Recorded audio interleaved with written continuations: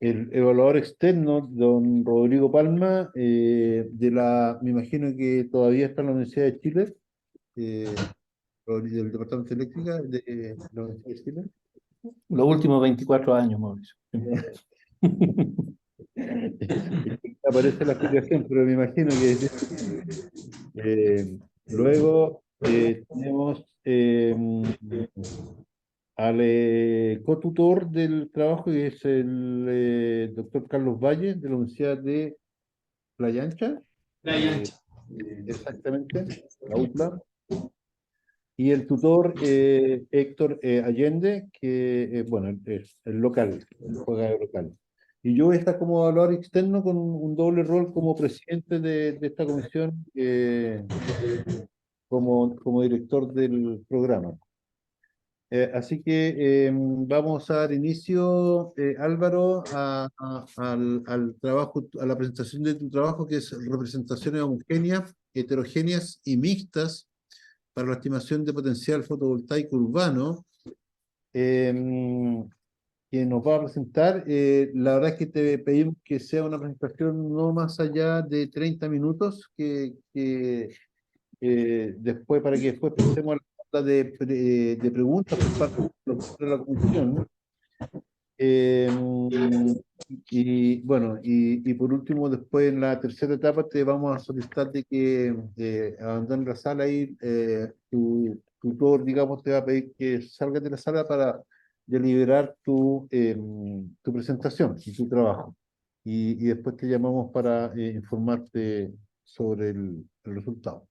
Así que antes de comenzar, alguna sugerencia, bueno, particularmente para Rodrigo y para mí, digo, que somos los que estamos en forma remota. Bueno, puede ser el caso de Álvaro, sería más complicado, pero dado que estamos operando en esta forma remota, si se cae alguien, va a continuar la presentación, así que se reconecta lo antes posible. En el caso mío, lo más probable es que me caiga porque aquí en la universidad nuestra red está bastante inestable.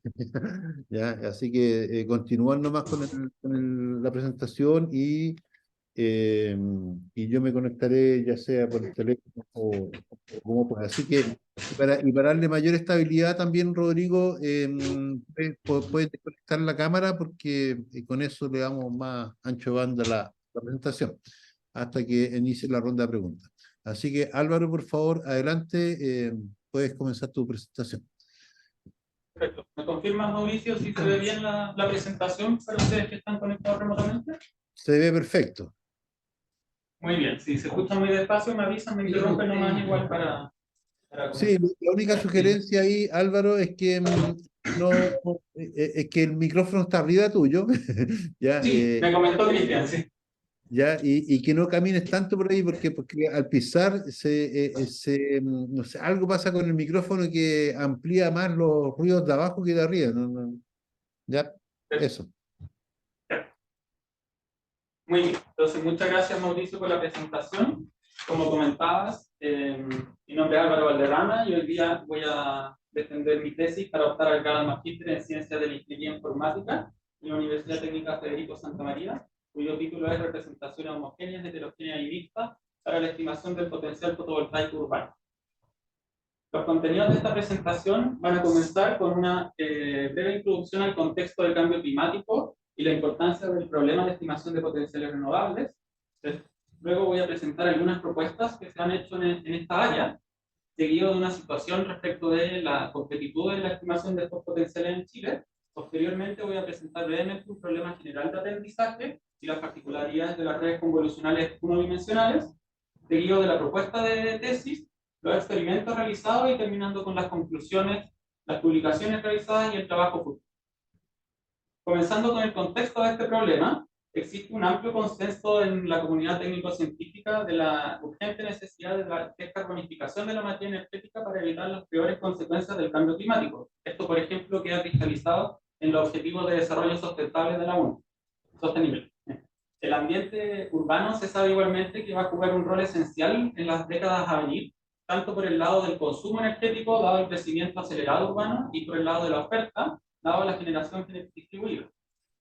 Por ende, resulta un insumo muy importante para los tomadores de decisiones tener una estimación de gran escala, confiable y de alta granularidad de los potenciales de energía renovable, como ha demostrado, por ejemplo, el Ministerio de Energía con las diversas políticas de planificación energética de largo plazo.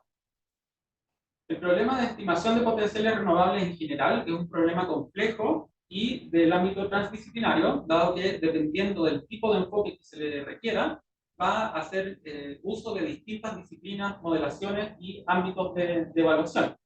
En el caso particular de la estimación de potencial fotovoltaico, algunos autores han propuesto utilizar el esquema jerárquico que se presenta en la figura, donde inicialmente caracterizamos un potencial teórico que corresponde a la cantidad de radiación incidente en un área determinada, seguido de un potencial urbano, donde tenemos que caracterizar las zonas que en un territorio urbano están disponibles para la instalación de paneles y caracterizar la proyección, la pérdida de radiación por proyección de sombras de estructuras adyacentes.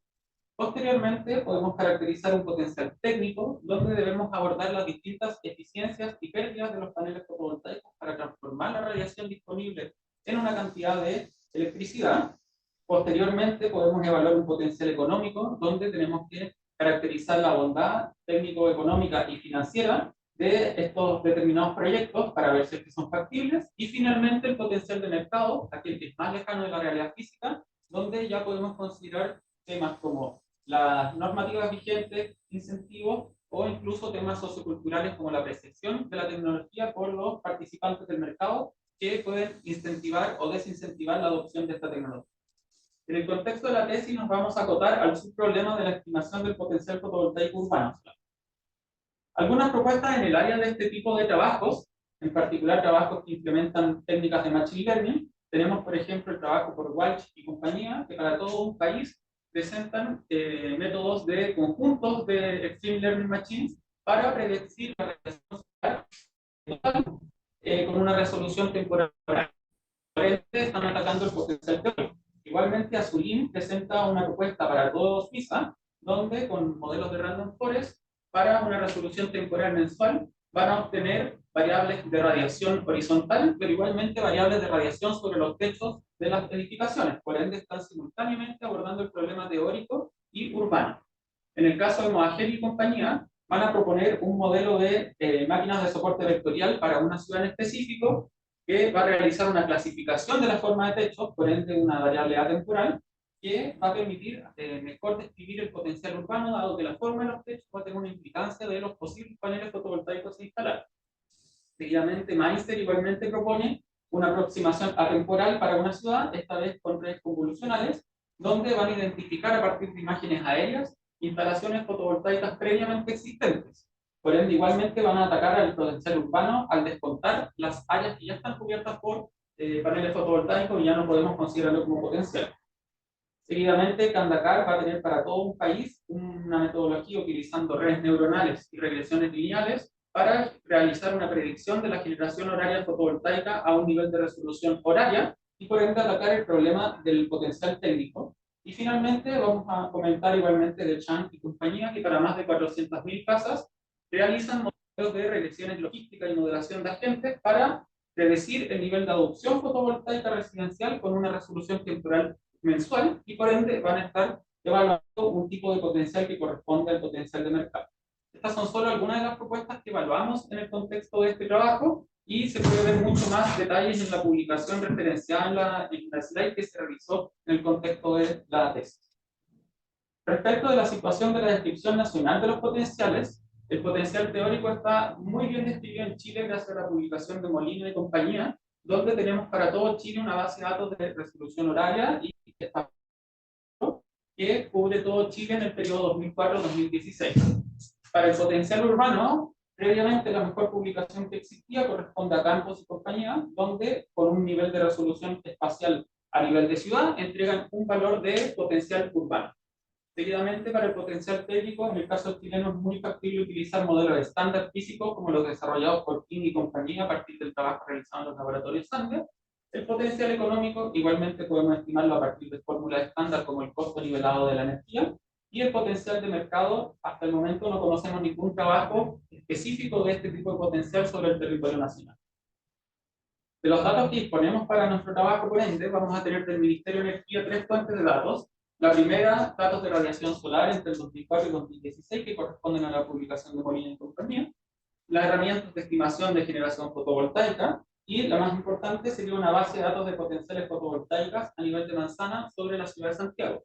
Con este tenemos una primera aproximación al potencial urbano con alta resolución espacial y conjunto una base de datos del Servicio de Impuestos Internos que tiene distintas características urbanas identificables hasta un nivel de resolución de manzana, pero con un nivel de detalle intramanzana, podemos hacer una estimación del potencial fotovoltaico para otras ciudades a partir de un aprendizaje entre estas últimas dos bases de datos. Un problema de aprendizaje general corresponde a la modelación de un fenómeno que sigue una distribución de probabilidades P desconocida, donde queremos encontrar la hipótesis que vive en el conjunto de todas las aplicaciones entre el dominio de partida X y el dominio de llegada Y, tal que se minimiza la evaluación de esta hipótesis en X con Y con una función de pérdida L, siendo integrado esto sobre todo el dominio de posibilidad ponderado por la función de probabilidad, es decir, donde X e Y siguen la distribución conjunta de la probabilidad. Este problema es evidentemente imposible de resolver, dado que el conjunto de todas las aplicaciones es infinitamente dimensional en el caso habitual, y la distribución es completamente desconocida. Por ende, en el caso habitual, cuando disponemos de data finita, tenemos un conjunto XY de observaciones de esta distribución de probabilidades, de distintas realizaciones de la distribución de probabilidades. Vamos a dividir este conjunto en datos de entrenamiento, validación y test, y vamos igualmente a restringir el espacio de búsqueda a un espacio de hipótesis que va a ser un subconjunto de todas las aplicaciones posibles entre el dominio de partida y de llegada. Y vamos a implementar o utilizar un algoritmo de optimización sobre el conjunto de entrenamiento que, dado un conjunto de entrenamiento y un espacio de hipótesis, nos va a entregar una hipótesis que minimiza la pérdida, la función de error, sobre el conjunto finito de entrenamiento. Ahora, en nuestro caso, lo que queremos comparar es el desempeño de distintas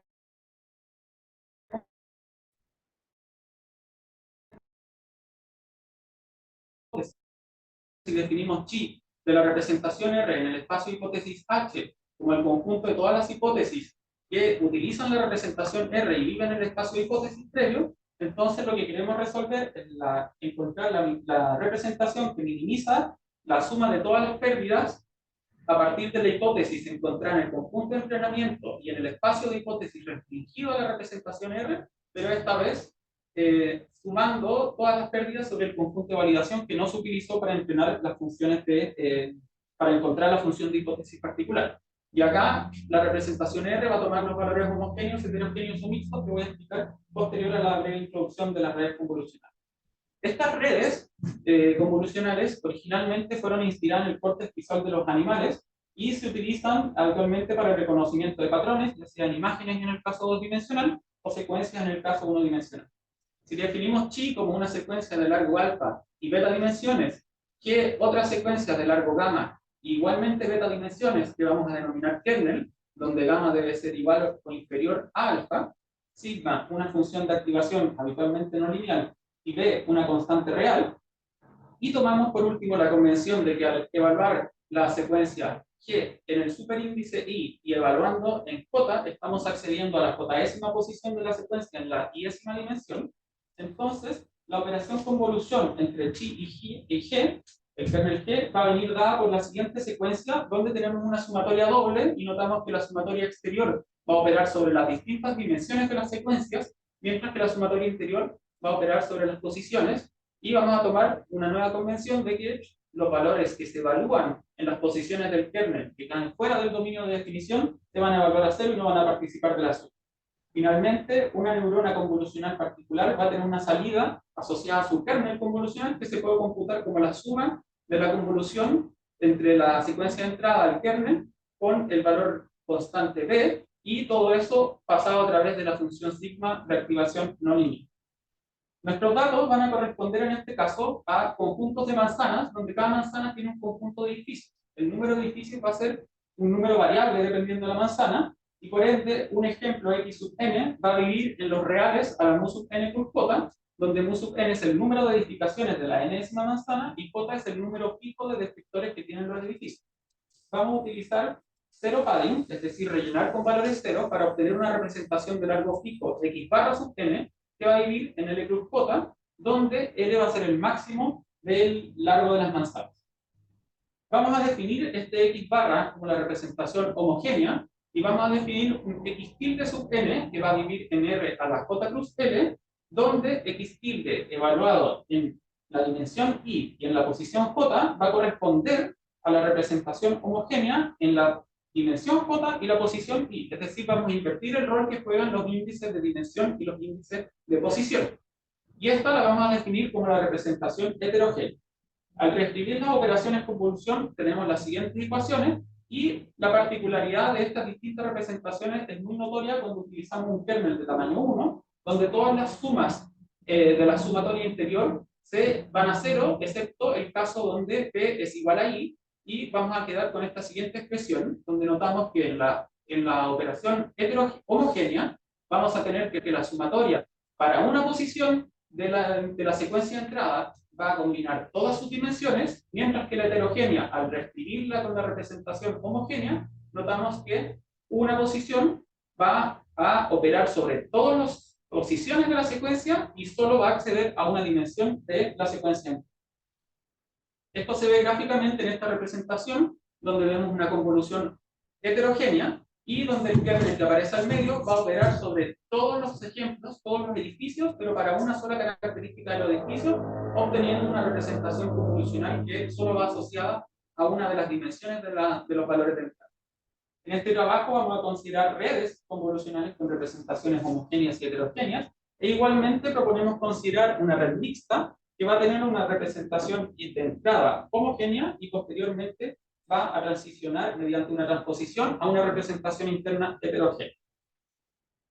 La propuesta formalmente corresponde a comparar sistemáticamente representaciones heterogéneas, homogéneas y mixtas para la evaluación del mejor desempeño que se puede obtener para el problema particular de la estimación fotovoltaica urbana a nivel de manzana.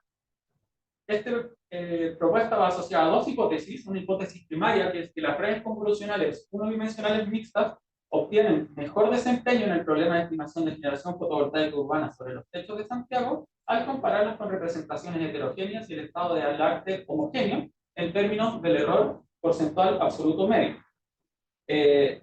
A lo largo de la investigación surge como evidente una hipótesis secundaria que va a corresponder a que, para el problema de estimación de generación fotovoltaica urbana sobre los techos de Santiago, la representación heterogénea propuesta va a ser más eficiente computacionalmente sin que la representación homogénea del estado del arte, sin tener pérdidas significativas de la precisión. Pasando a los experimentos que se han realizado a lo largo de este trabajo, inicialmente tuvimos un conjunto de experimentos preliminares, donde con 196 datos prototipos sobre la comuna de Manzana, para 196 sobre la comuna de Maipú, para 196 manzanas distintas, comparamos algoritmos estándar del Machine Learning sobre representaciones con resúmenes estadísticos de las manzanas, e igualmente hicimos una optimización preliminar de una red convolucional unidimensional, y este trabajo con la experimentación y la arquitectura propuesta fue presentado en una conferencia llamada ISE.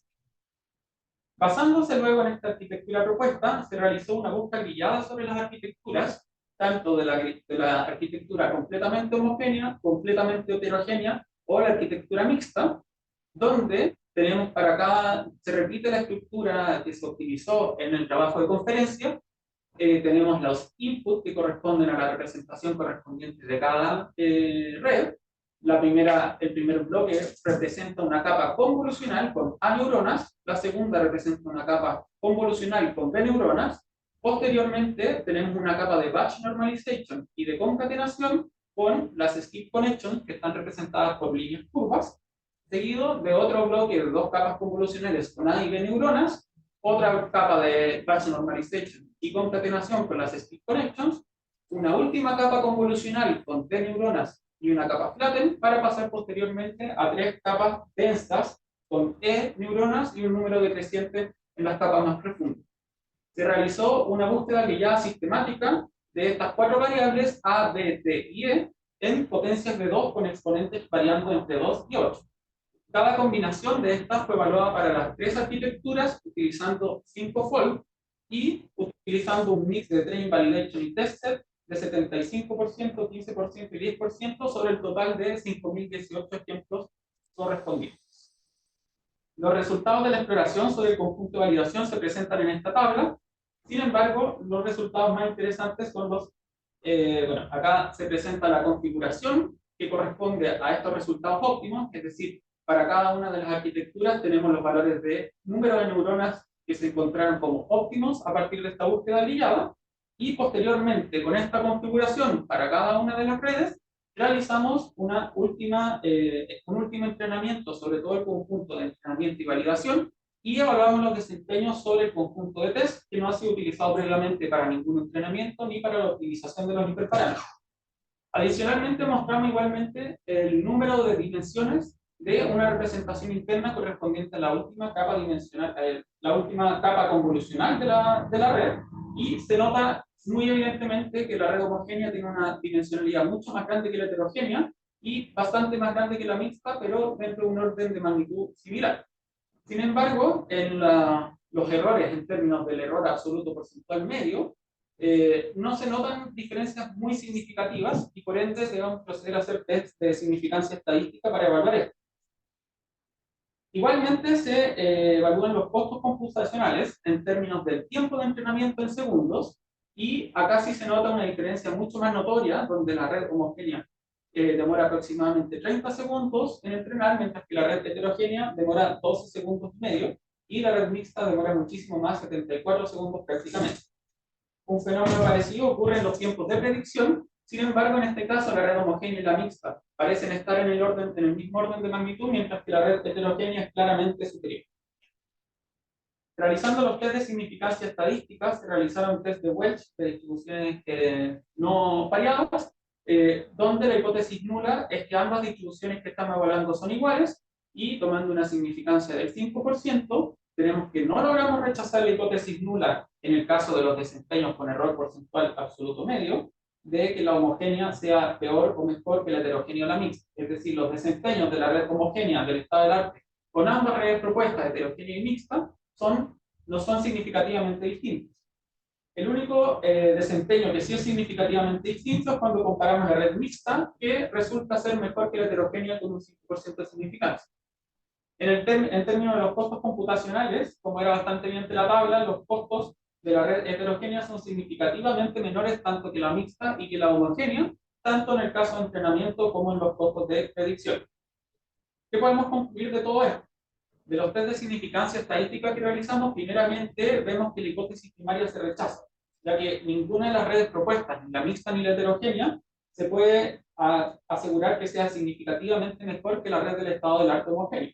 Sin embargo, la hipótesis secundaria no se rechaza, dado que notamos que la red heterogénea es significativamente más rápida, sin tener diferencias significativas del desempeño en términos del error porcentual absoluto medio con la red del estado del arte homogéneo.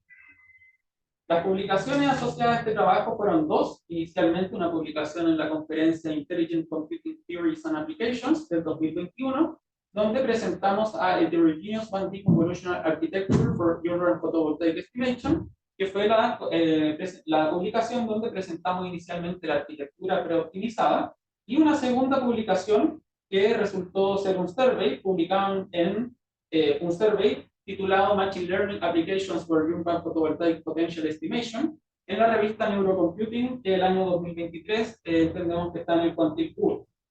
¿Qué trabajo futuro se puede visualizar a partir de estas conclusiones y las experimentaciones? Primeramente surge la pregunta de por qué la representación mixta, si bien es más costosa de entrenar que la homogénea, no es más costosa en términos de predicción. Esto podría, por ejemplo, deberse a un problema de optimización de código o algún problema asociado con la operación de transposición interna en la red mixta al momento de hacer el algoritmo de backpropagation. Igualmente, por ende, resulta interesante evaluar la posibilidad de hacer otras representaciones mixtas, idear otras arquitecturas que incluyan información mixta con entradas heterogéneas y entradas homogéneas, pero que no requieran, por ejemplo, de la operación de transposición, y, por ejemplo, puedan tener dos secciones iniciales paralelas no conexas que posteriormente se junten en una red densa que tenga información mixta. Y finalmente, resulta muy interesante evaluar las redes heterogéneas en otro tipo de secuencias, en particular en secuencias que tengan naturalmente una estructura temporal, donde la secuencialidad sí nos va a entregar información relevante, y surge por ende naturalmente la pregunta si es que la red heterogénea va a lograr mantener los mismos desempeños que la red homogénea en estos casos donde esa información sí es relevante y podría ser más difícil de aprender con este tipo de representación. Muchas gracias a todos por su atención y dejo abierto el espacio a cualquier pregunta o comentario.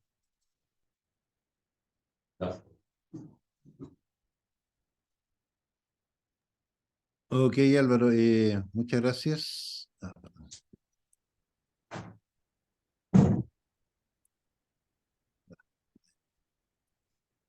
Ahí estamos, perfecto. Ahí lo Ok, damos inicio entonces a la ronda de preguntas por parte de la comisión. Partimos entonces con nuestro invitado externo, que es don Rodrigo Palma. Por favor, Rodrigo, adelante con tus preguntas, por favor. Gracias, Mauricio. Gracias, Álvaro, por la presentación. Sin duda un trabajo bien contundente y poco usual en términos de resultados también en estas dos publicaciones que estuve leyendo. Por lo mismo quisiera, si pudieras aclarar a la comisión, como estos son trabajos en equipo, donde está involucrado el ministerio y, y varios desarrolladores, me gustaría que pudieras como diferenciar cuáles son los aportes tuyos en el marco del magíster y los elementos que presentaste que en realidad son más bien resultado del trabajo en equipo. Yo sé que es complejo, pero creo que es importante porque no me fue tan evidente tu presentación qué temas son propios del desarrollo de la memoria y qué temas son propios del trabajo mismo que se ha ido implementando con equipo. Sí, ni un problema. En términos de la colaboración con el ministerio y los proyectos que llevamos juntos con ellos, la mayor parte del trabajo colaborativo del equipo fue inicialmente en la elaboración de la base de datos de potencial urbano sobre Santiago, la que utilizamos como valores de entrada para el trabajo de la tesis. En ambas publicaciones que presenté acá, la gran parte del trabajo fue principalmente del equipo, en el fondo mío, y del equipo académico, con apoyo de algunos participantes del ministerio en algunos casos. Incluso aparece Camila Vázquez en el survey, por el rol fundamental que reconocimos en el apoyo del ministerio. Sin embargo, ambas publicaciones se enfocaron a una aproximación mucho más académica a la resolución del problema, y desde la mirada de los aportes en el ámbito del Machine Learning, con el contexto de estimación de potencial renovable, ¿verdad? El fin del trabajo, y en particular de la tesis, fue más que nada buscar cómo interactuaba este tipo de información y este tipo de problemática con las técnicas de Machine Learning, más que luego implementar esto y pasarlo, ¿verdad?, como un insumo público, sino que se enfocó mucho en el ámbito disciplinario y se llevó con el ministerio igual trabajos paralelos, donde tomamos la aproximación inversa y se puso por delante la obtención de una base de datos más extensa sin hacer tanto hincapié en optimizar o descubrir nuevas técnicas de Machine Learning, que es en el fondo el cometido de esta tesis. Ok, te agradece ahí la explicación. Después, la otra duda que me gustaría, porque justamente este survey que tú nos indicas en tu presentación en beneficio del tiempo que vayamos a revisar, seleccionaste en esa tabla que parece que era la lámina como 5 o 6 por ahí, la que tiene la tabla con la función bibliográfica. Esta acá, claro. Quería si pudiera, al final el trabajo compara homogéneo, heterogéneo y mixta, ¿cierto? Y saca las conclusiones, pero si pudiera hacer una breve descripción, también yo no soy especialista en esta temática, pero me interesaría escuchar tu dominio del estado del arte. ¿Cuáles son las alternativas a estas estrategias? Que incluso aquellas no basadas en análisis de cierto aprendizaje, que es como el core de lo que lo hiciste. Si pudiera, y un poco si tenemos una noción de que ¿hicieron ustedes alguna validación de que este camino es definitivamente un camino que supera las otras prácticas, digamos? Perfecto. Ahí hay dos temas a comentar. Primeramente, quizás ahí faltó un poquito más de contexto, pero el survey en particular fue en el cruce de la estimación del potencial fotovoltaico con técnicas de machine learning, ¿verdad? Existen muchas otras técnicas y hay surveys que son más amplios en términos de las técnicas de entrada, pero un poquito más específicos, por ejemplo, distintas técnicas para evaluación de algunos tipos de potencial. Por ejemplo, otros tipos de técnicas que están descritas en la literatura son técnicas que surgen desde la física, ¿verdad? Con modelaciones y ecuaciones ad hoc, desde la geoinformación, desde imágenes satelitales, incluso técnicas estadísticas o de sampleo, y ahí en el fondo lo que tiene que ir guiando cuál técnica utilizar es el mix que va a haber entre las características del potencial que se desea evaluar y la disponibilidad de datos locales. Entonces, por eso también hablamos de que es un problema transdisciplinario cuando lo vemos como un todo, porque no hay ninguna solución que no tenga que mirar a otras disciplinas, no tenga que mirar al costado y comparar no solo con su propia disciplina, sino que con otros ámbitos del conocimiento. En el contexto del survey nos acotamos solamente a las aproximaciones de estimación de potencial fotovoltaico con técnicas de machine learning. Y por eso todas las que presento acá, en este tabla, corresponden solo a métodos de machine learning, no corresponden a métodos de otras disciplinas. En los primeros levantamientos del estado del arte que hicimos, sí incorporamos algunos que incluyen otras disciplinas, pero también para el contexto urbano, que fue a donde nos acotamos, suele ser un contexto bastante difícil, más que nada por la escasez de datos. Entonces, si bien hay técnicas mucho más directas de modelación tridimensional, por ejemplo, y modelos físicos de proyección de sombra, estos son muy difíciles de implementar en función de los datos disponibles y los costos computacionales. Por ende, se accede a técnicas de machine learning. Respecto de la otra pregunta, que me acordaba recién y se me fue. No, yo creo que abordaste las dos preocupaciones. Está bien, quería tocar el tema de Ya justamente... para ¿Sí? como para hablar solamente. La otra pregunta también era si es que hicimos una comparación sistemática con las propuestas del estado del arte, ¿verdad?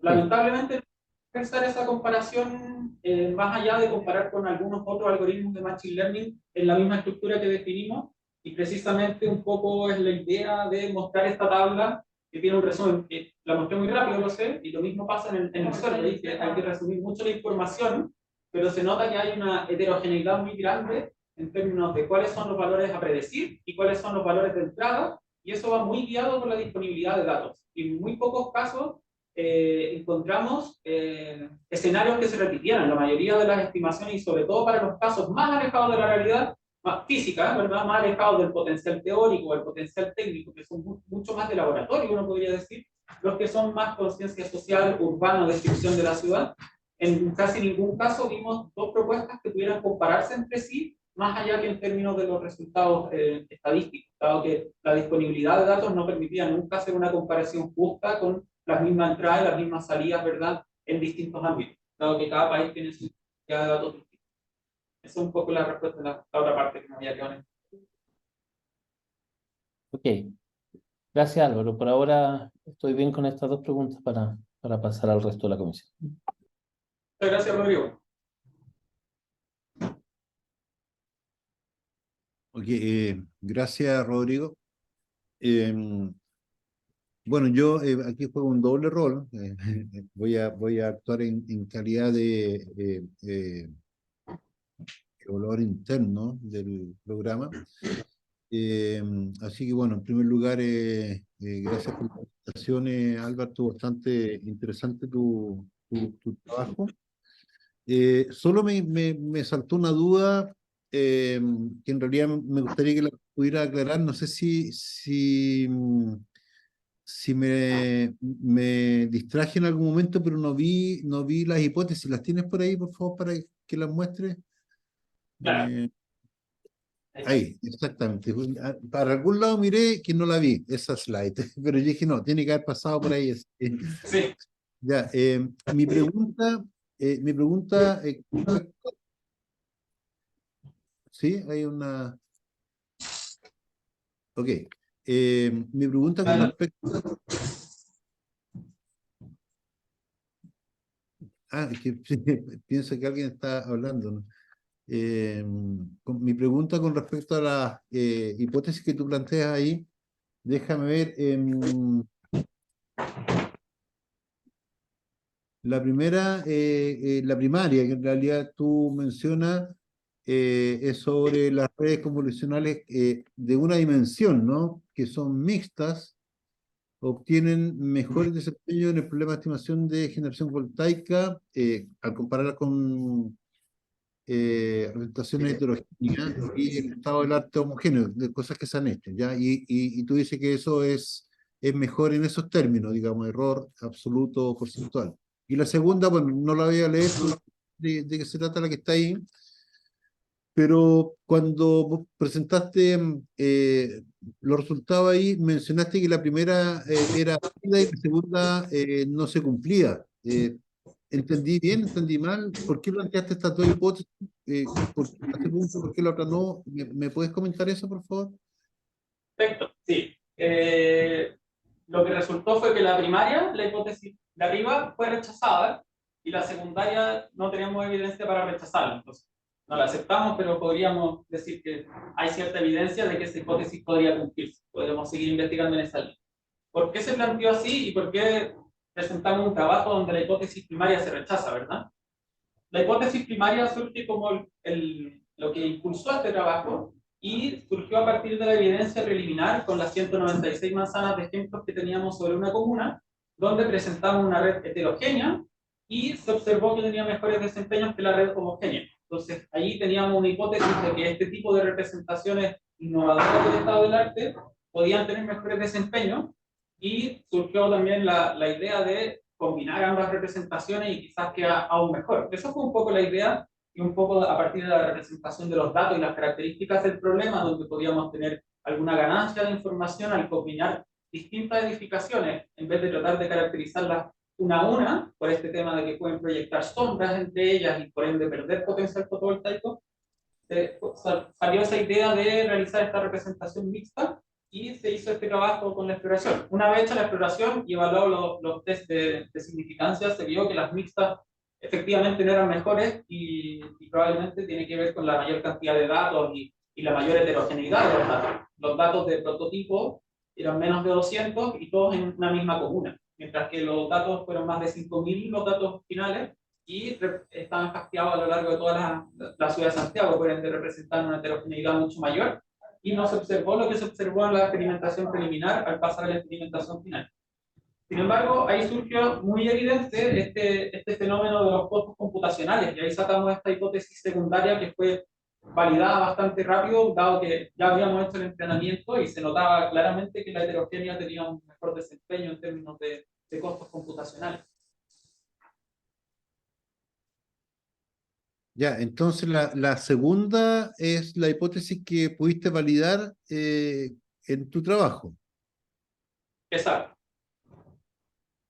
Eh, y en qué momento, como hipótesis, la pregunta, la primera en realidad no es, sigue como hipótesis, porque no se transformó en tesis, por así decirlo, no, fue rechazada, por lo tanto no pudiste comprobarlo. Pero en la segunda, eh, cuando tú dices que los resultados van a ser mejores, digamos, en el sentido de que computacionalmente la representación homogénea, perdón, que la heterogénea es más eficiente que la homogénea, sin pérdida significativa de precisiones. En realidad pueden ser las mismas o incluso puede tener algunas pérdidas sin ser significativas, en lo que plantea en la hipótesis. Exacto. ¿Qué te hizo pensar de que esa hipótesis se podía cumplir? O, Primeramente, ya, claro, dale.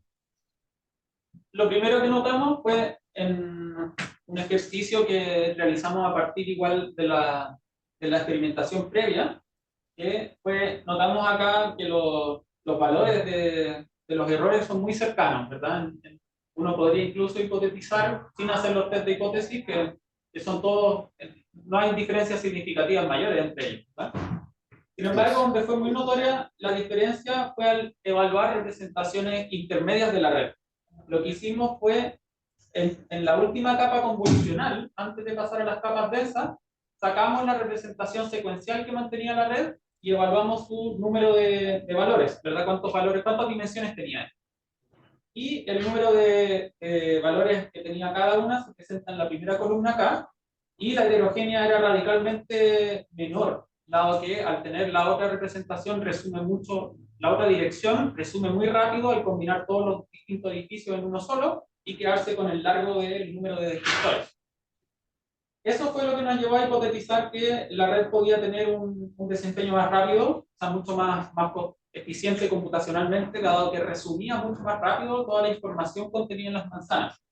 Igualmente vemos que la red mixta tiene aproximadamente la mitad del número de dimensiones que la homogénea, y esto tiene que ver con las skip connections que tiene la red, donde la red mixta va a llegar con la mitad de una representación homogénea y la otra mitad de una representación heterogénea, y ahí llegamos más o menos a este número que es, grosso modo, la mitad de la homogénea, ¿verdad?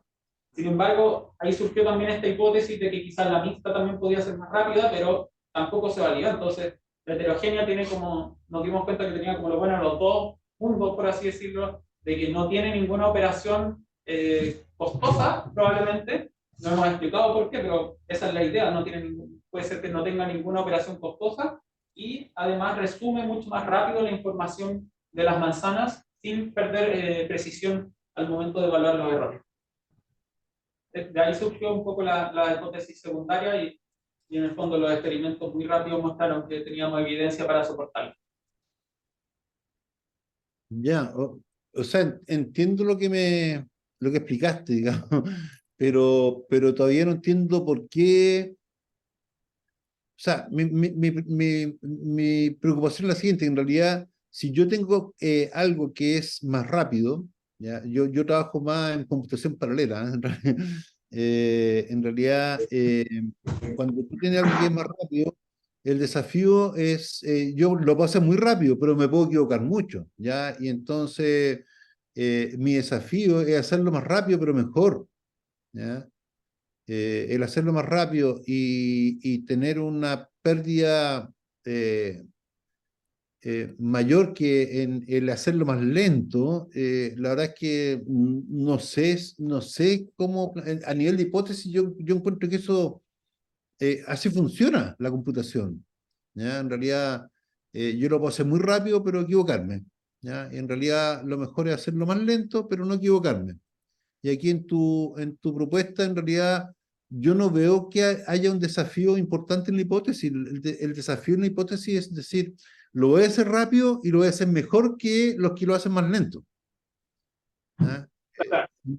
No sé por qué, digamos, yo te habría cuestionado, estuve tratando de pensar que cuando hiciste esta presentación en el comité, algo planteamos esta hipótesis, ¿no? No sé si. Bueno, planteaba la hipótesis secundaria, porque aún no habíamos validado la hipótesis primaria, ¿verdad?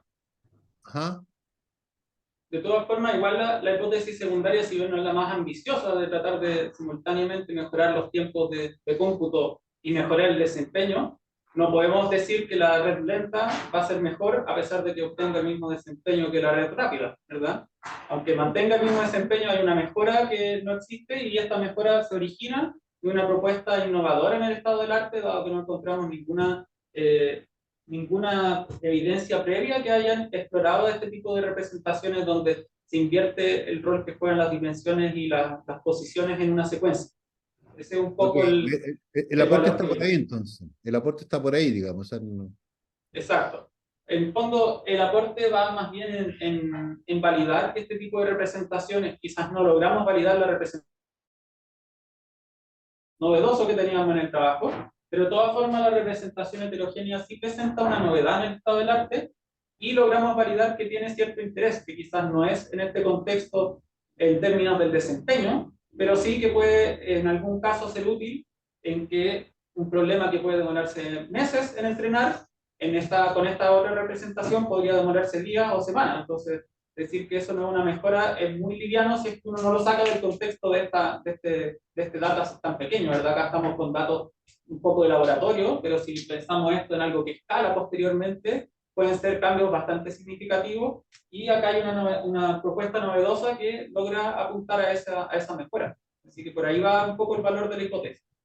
Ya, ok. Yo la verdad es que lo habría planteado, no sé, más por el lado de green computing, donde tú haces mucho menos computación o consumes mucho menos energía en la computación para obtener resultados que son, bueno, casi iguales, pero en términos de ahorro energético es importante.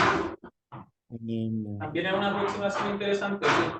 No lo había, como estructuramos al revés el problema y se fue mutando en el camino, jamás lo pensamos por ese lado, pero si hubiera sido desde el comienzo el cometido, coincide muy bien también con todo el contexto donde se enmarca esto, ¿verdad? De transición energética y de, en el fondo, Exactamente. Eso. también en términos de eficiencia energética hay un desafío muy grande, ¿verdad? Que puede apuntar mucho a esta transición, así que súper buen comentario. Gracias.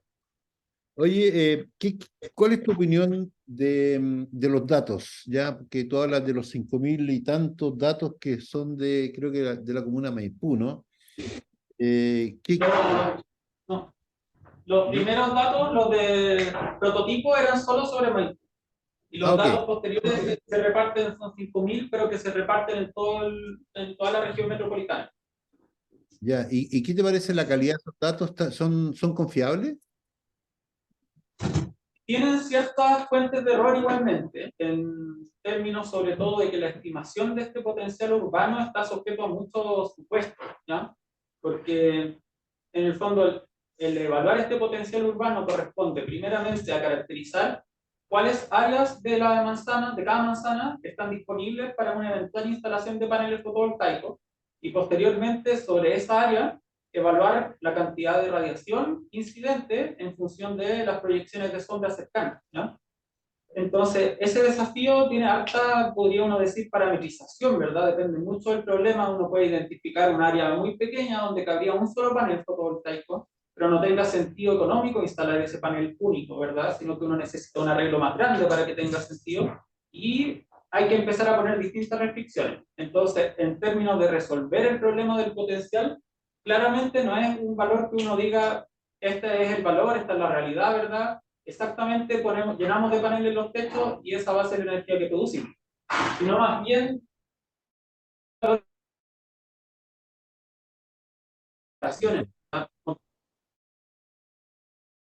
ver cómo se distribuyen en la ciudad, y por ende podemos guiar, por ejemplo, políticas públicas que vayan apuntando a las zonas que comparativamente tienen mejores potenciales donde hay una confluencia de distintas características que favorecen este potencial. Así que por ahí va probablemente datos de ejemplo que tienen muchos asteriscos, por así decirlo, hartas como información que hay que tomar en cuenta antes de utilizarlo, pero de todas formas, en términos de desafío de caracterizar, es bastante interesante también tratar de hacerlo sin pasar por una modelación más elaborada que un modelo de Machine Learning. Ok. Oye, disculpa que haya apagado la cámara, pero lo que pasa es que se estaba perdiendo el audio, ya entonces eh, lo menos ahora escucho mejor. Y oye, otra consulta con respecto a los datos es que tú mencionaste que esos datos son, y partiendo de la base que tú, la primera palabra que aparecía en tu presentación creo que fue algo relacionado con el cambio climático. eh, me llama la atención, digamos, de que bueno, imagino que puede que hayan datos más recientes, pero tus datos son del 2004 al 2016, tengo entendido. Y la pregunta es si serán, ¿cómo te digo? Eh, son, ¿Serán datos representativos de lo que tenemos el año 2023, considerando el tema del cambio climático? Esta es muy buena pregunta. Los datos que aparecían del 2004 al 2016 son la base de datos de radiación solar, ¿verdad? Que es el potencial teórico. Los datos que corresponden al potencial urbano, que uno podría abstraer ambos, ¿verdad? Y manejarlos como bloques separados, Estos son un poquito más actualizados, pero son del 2019, si no me equivoco. Efectivamente, los datos de radiación van a tener un cierto drift, un cierto cambio con los cambios climáticos que estamos experimentando. Hay esfuerzos para caracterizar eso, por ejemplo, el Ministerio de Medio Ambiente tiene una plataforma que se llama el Atlas de Riesgos de Cambio Climático, y a partir de una modelación de largo plazo, hicieron evaluaciones de cómo iban a modificarse distintas variables atmosféricas bajo escenarios de cambio climático. Igualmente, el Ministerio de Energía hizo un proyecto de evaluación del impacto del cambio climático sobre las distintas fuentes de generación renovable. Y si bien hay un impacto, sobre todo en los temas fotovoltaicos, ese impacto es es relativamente pequeño, quizás cuando uno lo dice así, es de 2-3%, puede ser grande para términos de evaluación de proyectos, pero no es de tal gran magnitud, y no es siempre en la misma dirección. Se observa que en algunas zonas hay un mejor potencial, por ejemplo, en algunas zonas donde van a haber procesos de desertificación, va a haber menor cantidad de nubes y por ende hay un mejor potencial de radiación. Entonces hay algunos fenómenos medio paradoxales en el ámbito fotovoltaico y de cambio climático. En el norte, en cambio, por ejemplo, con el aumento de la temperatura, se estima que va a haber una baja de la eficiencia de los paneles y por ende va a haber un menor potencial. Si bien hay más radiación, hay menos eficiencia en la conversión. Entonces no hay una caracterización muy simple de hacer del efecto que va a haber del cambio climático en el largo plazo, pero en general esos efectos del 2 o 3% que menciono se observan en marcos temporales de 50 años hacia el futuro, ¿no? Probablemente la base de datos histórica del 2004 al 2016 climatológicamente aún representa más o menos bien la realidad hoy en día. Probablemente en 20 años más esté bastante desactualizada, pero es la mejor base de datos que tenemos actualmente en términos de ajuste a los datos igualmente. Ahí me faltó mencionar por la rapidez de la presentación que esa base de datos de radiación solar se origina a partir de datos satelitales que utilizan modelos físicos de atmósfera, ¿verdad? De transmisión de la radiación a través de la atmósfera, y está validado con distintas mediciones puntuales sobre el territorio y ajustado a esas mediciones. Entonces, es un estándar mucho mejor, si bien hay bases de datos, por ejemplo, los estadounidenses con el Laboratorio Nacional de Energía Renovable tienen una base de datos de radiación solar global que llega hasta el presente, hasta el 2022. Esa está mucho menos ajustada a la realidad local que la base de datos histórica que dispone el Ministerio de Energía. O sea, ahí hay un trade-off entre la actualización de los datos y la precisión que tienen, que es bastante interesante discutir cuál sería el más apropiado dependiendo del caso. De todas formas, acá para el caso urbano podemos abstraernos a esta realidad de caracterizar las zonas y la cantidad de sombras que tienen. Incluso eventualmente uno podría olvidarse de la caracterización de la radiación de la radiación solar y posteriormente mezclar ambos. O sea, tenemos un área, tenemos una cantidad de sombras y luego nos preguntamos cuánta radiación realmente proyecta el sol, pero sabemos que hay una pérdida por la sombra y una pérdida por no disponibilidad de territorio. Entonces también se puede hacer el análisis abstrayéndose y ahí uno puede ir acotando la incertidumbre al ámbito de cada potencial. No sé si eso responde la pregunta más específica. Sí, sí, no, de todas maneras está bien, gracias.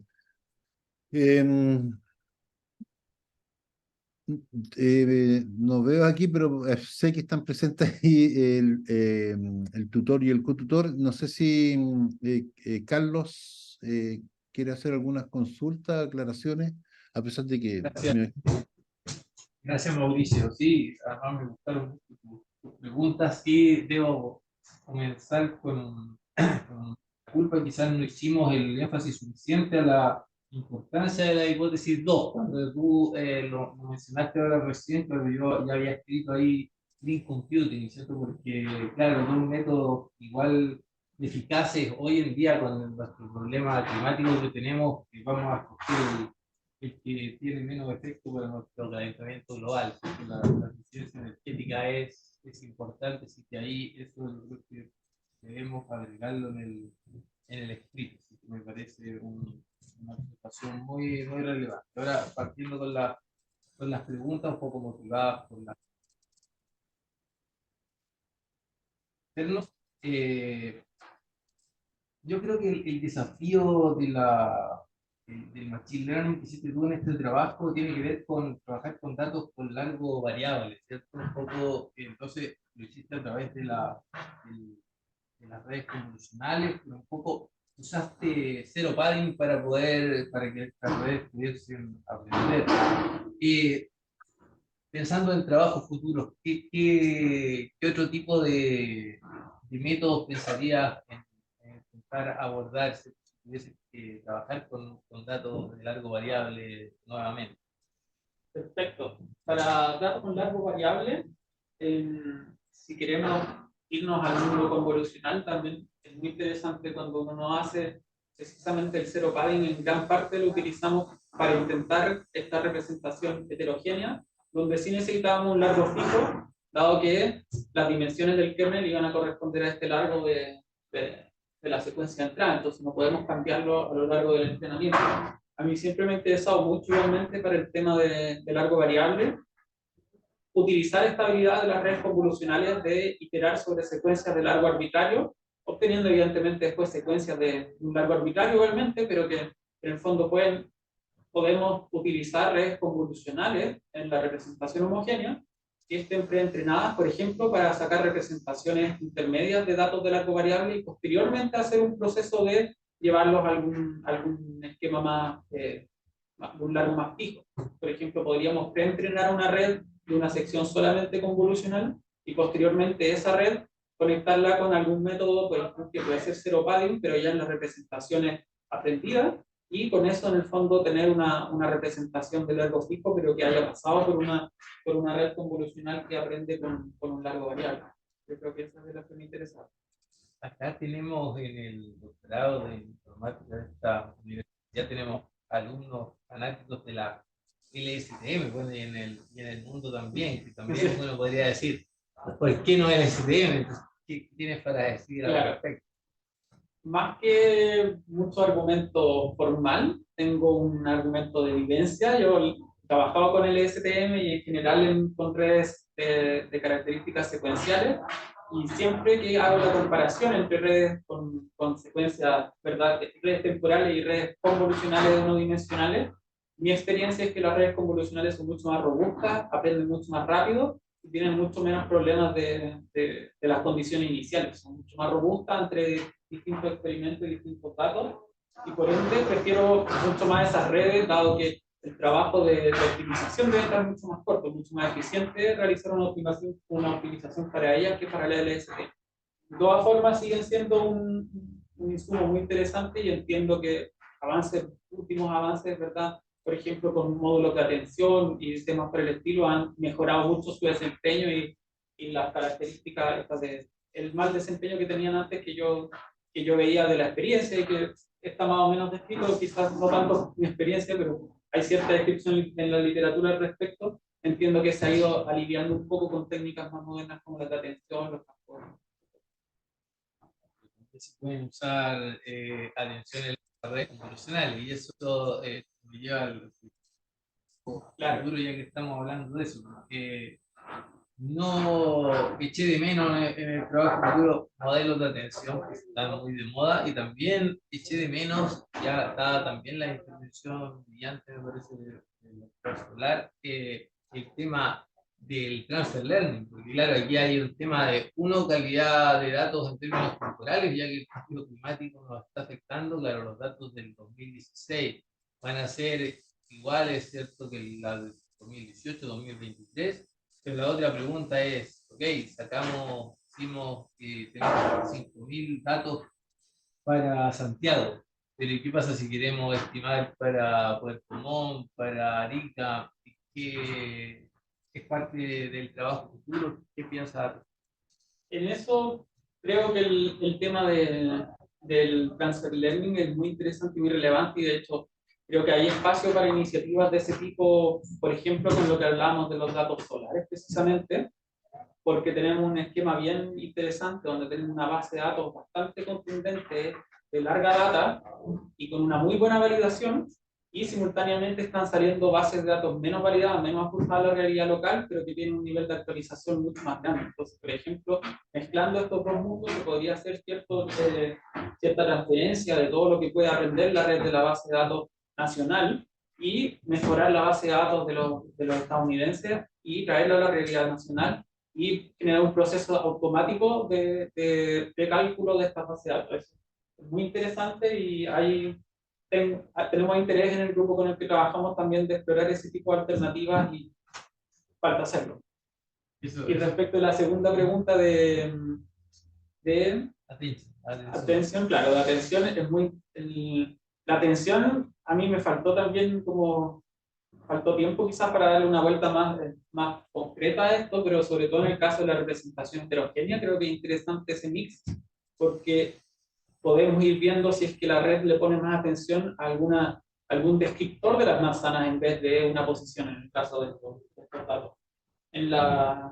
Por eso también surge la duda y quizás creo la más inmediata y la más concreta que puse en el trabajo futuro, esto de evaluar las representaciones heterogéneas en redes temporales, para saber en secuencias temporales, para saber si estos fenómenos igual se traducen bien a secuencias que tienen una estructura temporal innata, ¿verdad? Donde puede haber una pérdida de información y ahí también quizás la atención puede ir guiando de que hay ciertas dimensiones de una red, de una serie temporal que son mucho más relevantes para la predicción y pueden salir a mí unos mix muy interesantes incluso para esto de aprendizaje de representaciones, por ejemplo, de reducción de dimensiones también podríamos empezar a hablar con ese.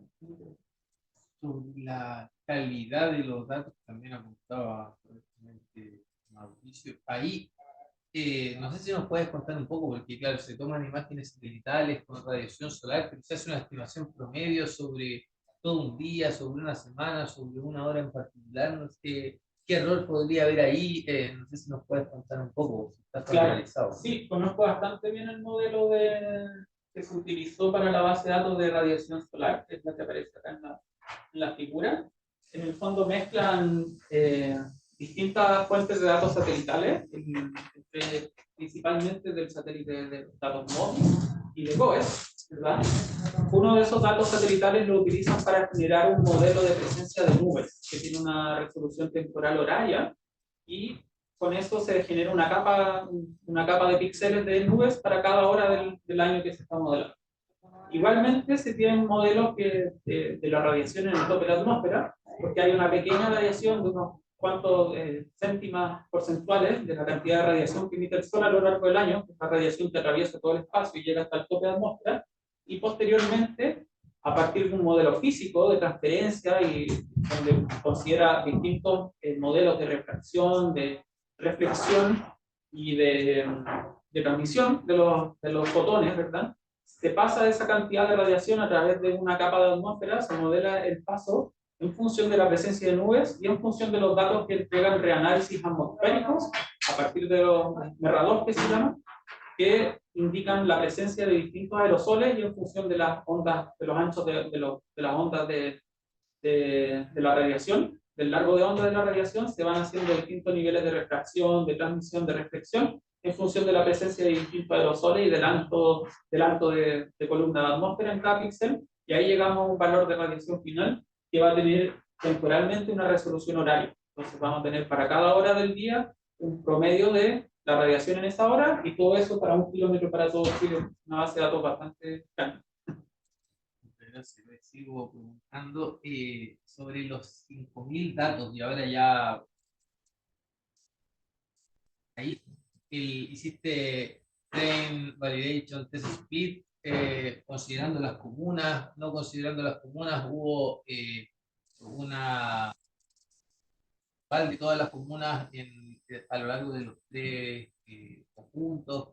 ¿Qué nos puedes contar? Sí, respecto a estos ejemplos, estaban bastante repartidos entre las comunas de Santiago. Algunas comunas tenían mayor representación, sobre todo también por el tema de que los datos lograron obtenerse a un nivel de manzanas, y algunas comunas presentaban manzanas mucho más pequeñas. Entonces, si bien en algunos lados la cobertura espacial era similar, en otras comunas esta correspondía a un número mucho más grande de ejemplos, dado el tamaño promedio de las manzanas. Se realizó igualmente, como menciona, una... ¿Sí? Lo que pasa es que hay alguien que está martillando y que no se escucha nada cuando golpean, así que si alguien puede avisar que por favor no... Ahí, Ahí Cristian está, Sí. está en eso. Sí, Ok, está- muchas gracias. perfecto. Efectivamente se hizo el proceso de estratificación por comuna, sobre todo después de ver la diferencia entre los datos particulares de la comuna de Maipú y los otros datos.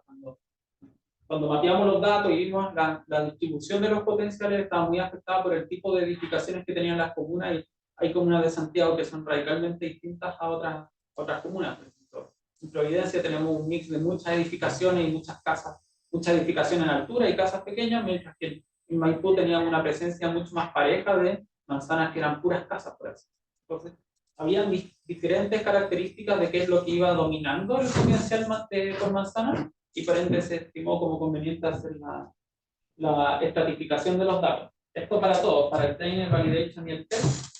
Y en el caso de los CAFOI, entrenamos solamente sobre el conjunto de test, o sea, de train, y posteriormente para el entrenamiento final se entrenó con todos los valores del train set y se hizo el list coping para los algoritmos de entrenamiento con el 15% de datos de validación.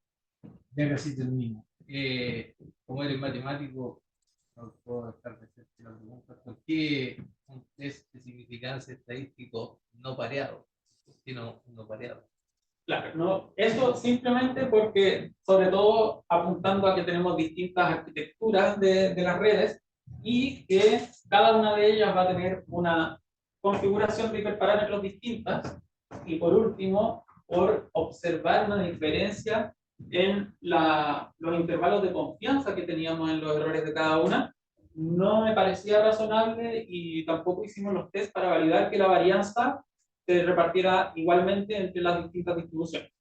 De todas formas, a modo de curiosidad, realicé el test estadístico de test student fallado, y las conclusiones eran las mismas, dado que los valores eran muy parecidos. De todas formas, me pareció más apropiado el test de Walsh para el caso.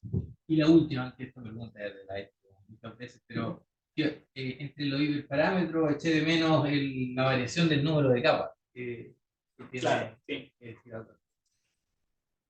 Precisamente, más que nada fue por un tema de tiempo de cómputo, ¿ya? Cuando precisamente, como en el trabajo previo que realizamos de optimización de hiperparámetros, lo que observé fue que cuando uno permite variar el número de capas, aumenta exponencialmente aún más el número de combinaciones, dado que para las redes más profundas hay un mayor número de capas que combinar. La otra aproximación es dejar fija cada uno de los bloques convolucionales y posteriormente explorar en profundidad. Eso se parece mucho más a un trabajo previo que ya había realizado, y por ende me pareció interesante hacer la otra aproximación. Ahora, claramente hay un valor en eso, pero también por el ejemplo, la cantidad reducida de ejemplos, 5.000 tampoco es una base de datos muy extensa para una red muy profunda. Preferí quedarme con una red de tamaño fijo y moverlos hiperparámetros. Claro, de hecho, yo pensaba, ¿por qué no usar el trabajo que hiciste? Claro, Claro, con algoritmos genéticos. exactamente. Era una posibilidad, pero ya mucho tiempo de cómputo me imaginaba yo, sobre todo con estas arquitecturas más novedosas que llegamos con el paper de conferencia. Simplemente fue. Trabajo. Muchas gracias.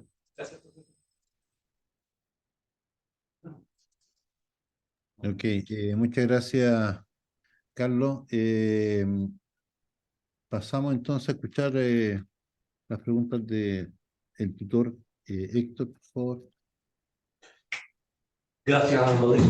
Pero más que pregunten, yo diría que me parece interesante, ¿no es cierto? Presenta las dos hipótesis que tienen. Claro, en investigación, ¿no es cierto? Es a veces frecuente el hecho, ¿no es cierto?, que uno arranque de una hipótesis como la que planteó como hipótesis primaria, en que en el fondo, ¿no es cierto?, hay una comparación de representaciones, esencialmente en búsqueda de mejor eficacia. Y termina siendo, ¿no es cierto?, esa hipótesis no validada porque claramente no se logra, y aparece una hipótesis auxiliar o secundaria, en el contexto de la hipótesis estructural, ¿verdad? Donde está apuntando ahora a la eficiencia. Y creo que en ingeniería, ¿no es cierto?, es necesario siempre, nunca perder de vista esta especie de compromiso, ¿no es cierto?, que hay entre la eficiencia y la eficacia. Por lo tanto, me parece que es un trabajo absolutamente normal. Piensa que es una tesis de maestría, ¿no? Y que son 6 meses máximo, 9, un año. Entonces, claramente podría haberse seguido trabajando esto algo más, con más tiempo. Eso fue lo primero que yo quería hacer el comentario, me parece relevante. Sin embargo, por ejemplo, yo quisiera hacer una sola pregunta, y eso es ya un poquito más técnico. Tiene que ver con lo siguiente: en algún momento comenzar, surgió esta comparación entre las conos, y me llamó la atención, las redes, el STM, las grupos, bueno, versus las convolucionales. Yo te pregunto, porque tú eres matemático, y yo no veo que no hay diferencia. Lo que pasa, ¿no es cierto?, que tenemos el modelo mental, de que las series de tiempo tienen que ser todas de R o de Z, ¿no es cierto?, en algún espacio o en algún campo. Pero cuando yo comienzo a mirar las series de R2, imágenes, o de R3, imágenes espaciales, en el fondo siguen siendo series. Entonces, en el fondo estamos hablando de la misma clase, donde solamente estamos haciendo una especie de extensión, ¿verdad? O sea, las series de espacio de dimensión 2 o de dimensión 3 siguen siendo series. Y estamos entonces moviéndolo. ¿Cuál es tu perspectiva? ¿Dónde debería estar mejor? En las series de convolución 1, convolución 2, convolución 3. Yo ahí tengo precisamente por eso el trabajo futuro que más me interesa es este de irnos al mundo temporal, ¿verdad? Porque en este caso la representación en secuencia no es natural, ¿verdad? Surge simplemente esta idea de largo variable y de una secuencia de edificaciones que no logramos tampoco ordenar internamente, entonces preferimos ponerlo todo en una secuencia y olvidarlo un poco. En caso y por eso me surge mucho la duda de esta diferencia, ¿verdad?, entre, como bien menciona, una imagen o una serie de R2, ¿verdad? Creo que la única diferencia tiene que ver con el orden natural que induce la temporalidad, y no estoy convencido de que sea tan importante. Depende, yo creo que va a depender más del problema que de algo inherentemente distinto del tiempo con las otras dimensiones. Y precisamente por ahí va este trabajo futuro que proponía yo de evaluar esta representación heterogénea, donde perdemos un poco la visión secuencial y lo pasamos al revés, damos vuelta a todo el mundo y pasamos las dimensiones a la secuencia y la secuencia a las dimensiones. Me llama mucho la atención pensar qué pasaría con secuencias donde efectivamente la temporalidad naturalmente se considera. Creo que de ahí surge esta visión tan separada de los mundos secuenciales y no secuenciales. Gracias. Bueno, yo creo que yo no tengo más consultas, Mauricio. Gracias. Está silenciado, pero Ahora sí, ahora sí, ahora sí. Eh, bueno, no sé si hay más preguntas. ¿Alguna? Rodrigo, continuamos. No, estoy bien con las preguntas y las preguntas que se hicieron posteriormente. Muchas gracias. Ya, muchas gracias. Bueno, no sé si hay gente presente ya, Héctor, que me pueda hacer preguntas del público ahí. Sí, tenemos un estudiante. No, no hay. Hay un colega de ingeniería matemática que nos va a acompañar. No hay pregunta entonces. Ok. Bueno, entonces vamos a dar paso a la tercera etapa de este examen, donde le vamos a pedir ahí, bueno, Héctor, tú gentilmente a la gente, por favor, que está presente, le dices que por favor nos espere un ratito afuera. Álvaro, para, para dar inicio a la...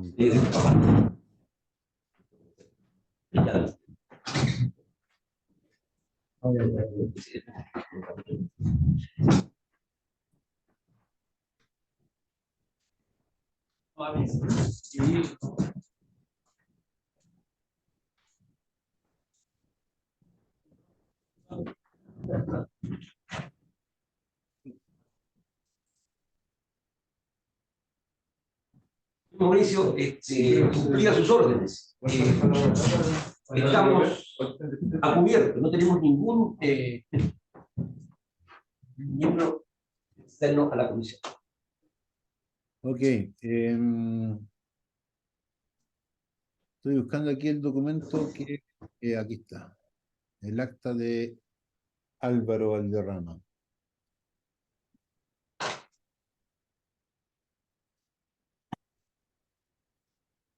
Bueno, en realidad Rodrigo creo que es la única persona que habría que comentarle cómo es el proceso acá, pero creo que has participado anteriormente ya o no,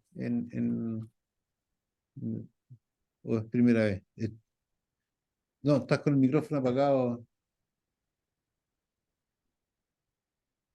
Eh, ¿Ahí me escuchan bien? ahora sí. Sí, ahora sí, Rodrigo, gracias. Ya, todo clarísimo, ya. ¿Es primera vez que participan aquí en informática, Rodrigo? ¿No? Sí, primera vez, Mauricio, así que un gusto y agradece, como saben, estamos con los exploradores desde una mirada más de aplicaciones, pero todo interesante ver el tipo de trabajo, así que un gusto saludar a los colegas. Ok, bueno, entonces te voy a explicar